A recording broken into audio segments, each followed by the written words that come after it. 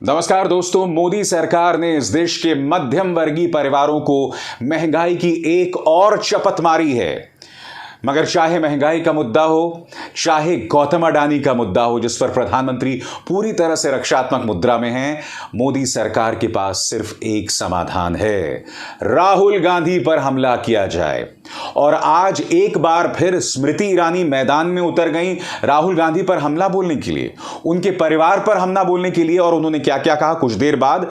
मगर जो खबर जिस पर आपका ध्यान जाना चाहिए, जिस पर आपको गौर करना चाहिए, जिस पर आपको चिंता करना चाहिए, क्योंकि हो क्या रहा है कि आपका तो ब्रेन वॉश किया जा रहा है प्राइम टाइम में नफरती डिबेट्स के प्रचार प्रसार के साथ, आपको यह बतला के कि अगर मोदी जी सत्ता से गए तो मुगलों का राज आ जाएगा। मगर हकीकत क्या है आपके स्क्रीन पर।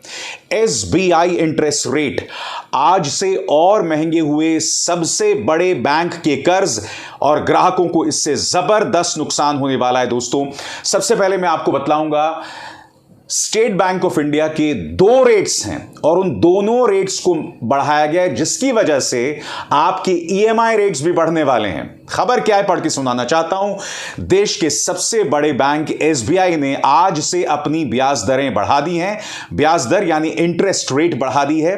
बैंक ने इस बार बेस रेट यानी कि स्टेट बैंक ऑफ इंडिया का बेस रेट उसे बढ़ा दिया है और बेंचमार्क प्राइम लेंडिंग रेट को भी बढ़ा दिया है। इन दोनों दरों में स्टेट बैंक ऑफ इंडिया तिमाही के आधार पर संशोधन करता है। और इन दोनों रेटों के बढ़ने का नुकसान क्या होने वाला है मैं आपको बताने वाला हूं। ये जैसे ये दोनों रेट्स बढ़ेंगी, आपके जो ईएमआई है, जी हां, जिन दरों पर जो मकान आपने खरीदा है वो ईएमआई रेट्स वो भी बढ़ने वाली हैं। मगर क्या इस देश के मध्यम वर्गीय परिवारों पर इसका कोई असर पड़ने वाला है? क्योंकि जैसा मैं बार बार आपसे कहते रहा हूं दोस्तों कि मध्यम वर्गीय परिवारों का मोदी सरकार के पास एक आसान और शर्तिया इलाज है। उनकी तमाम समस्याओं का सिर्फ एक समाधान है, वो है प्राइम टाइम में जहरीले न्यूज डिबेट्स। जी हां, इन्हें रिबेट नहीं मिलेगा, इन्हें सिर्फ डिबेट मिलेगी।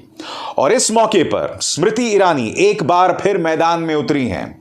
राहुल गांधी से माफी मांगने के लिए कह रही हैं, राहुल गांधी के परिवार पर हमला बोल रही हैं। यह बात अलग है कि सिली सोल्स के मुद्दे पर उन्होंने आज तक किसी सवाल का जवाब नहीं दिया और कोई भी पत्रकार उनसे सवाल पूछने की हिम्मत भी नहीं कर रहा है। उन्होंने क्या कहा है दोस्तों आपके स्क्रीन पर। राहुल गांधी ने एक ऐसे देश में जाकर विदेशी ताकतों का आह्वान किया जिसका इतिहास भारत को गुलाम बनाने का रहा है। भारत की लोकतांत्रिक व्यवस्थाओं की धज्जियां उड़ाते हुए राहुल गांधी ने यह खेद व्यक्त किया कि क्यों विदेशी ताकतें आकर भारत पर धावा नहीं बोलती। यानी कि स्मृति ईरानी हर बार की तरह राहुल गांधी पर हमला बोल रही हैं और झूठ के आधार पर। क्या कहा स्मृति ईरानी ने?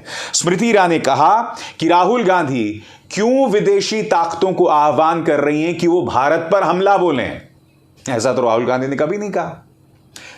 मैं आपको बतलाना चाहूंगा दोस्तों कि इसका कांग्रेस की प्रवक्ता सुप्रिया श्रीनेत ने क्या पलटवार किया है, आपके स्क्रीन पर सुनते हैं। स्मृति ईरानी जी ने चिरपरिचित अंदाज में अमर्यादित और बिल्कुल त्रुटिपूर्ण एक वक्तव्य राहुल गांधी जी के खिलाफ दिया है। मैं उनकी व्यथा, उनकी वेदना समझ सकती हूँ। वो राहुल गांधी ट्रोल मंत्रालय की प्रमुख मंत्री हैं और वही काम वो पूरी शिद्दत से, पूरी लगन से करती हैं। और फिर उन्होंने देखा कि उनके मंत्रालय के ऊपर ग्रहण है, क्योंकि बहुत सारे लोगों में होड़ लगी हुई है कि राहुल गांधी जी को ज्यादा ट्रोल कौन कर पाएगा, कौन ज्यादा दो रुपल्ली का ट्रोल बनेगा इस सरकार के मंत्रियों में। उनको लगा कि अनुराग ठाकुर जी उनसे बाजी मार रहे हैं, तो मैडम ने आज फिर से कमान संभाल ली है और मैदान में कूद पड़ी। और बात यहां नहीं रुकती दोस्तों। न सिर्फ राहुल गांधी पर स्मृति ईरानी गलत बयानी कर रही हैं, बल्कि उनके परिवार पर भी हमला बोल रही हैं। बार बार गांधी परिवार का जिक्र कर रही हैं और किस तरह से कर रही हैं मैं चाहूंगा आप उसके कुछ लम्हे सुनिए। I question Rahul Gandhi today that when he helps elect to parliament a congressman who gives a clarion call to kill people, is that democracy? When the Gandhi family directs congressmen and women to tear papers and throw it at the speaker's chair in the Lok Sabha. Is that democracy? When the Gandhi family directs congressmen in Rajya Sabha to tear books, jump on tables, and humiliate the chair of the Vice President of India in Parliament, is that democracy? Today, every Indian citizen demands an apology to the Indian Parliament. दोस्तों, ये पहली बार नहीं है जब स्मृति ईरानी ने झूठ का सहारा लिया। याद कीजिए, जब राहुल गांधी की भारत जोड़ो यात्रा शुरू हुई थी तब स्मृति ईरानी ने क्या कहा था? स्मृति ईरानी ने कहा था कि राहुल गांधी ने स्वामी विवेकानंद के सामने शीश नहीं झुकाया था। एक झूठी बात उन्होंने कही थी, सरासर झूठी बात, मगर धड़ल्ले से कही। किसी पत्रकार ने उनसे बाद में पलटकर नहीं पूछा कि स्मृति जी आप झूठ बोल रही हैं, आप सांसद हैं, आपको ऐसा शोभा नहीं देता, मगर स्मृति जी ने ऐसा किया। कैसे किया था आपको याद दिलाना चाहूंगा। आज मैं पूछना चाहती हूं कांग्रेस पार्टी से, आप कहते हैं आप यात्रा कर रहे हैं भारत को जोड़ने की। अरे अगर कन्याकुमारी से चले तो कम से कम इतनी निर्लज्जता तो ना दिखाते, स्वामी विवेकानंद जी को प्रणाम कर कर तो बताते, लेकिन वो भी राहुल गांधी को स्वीकार नहीं।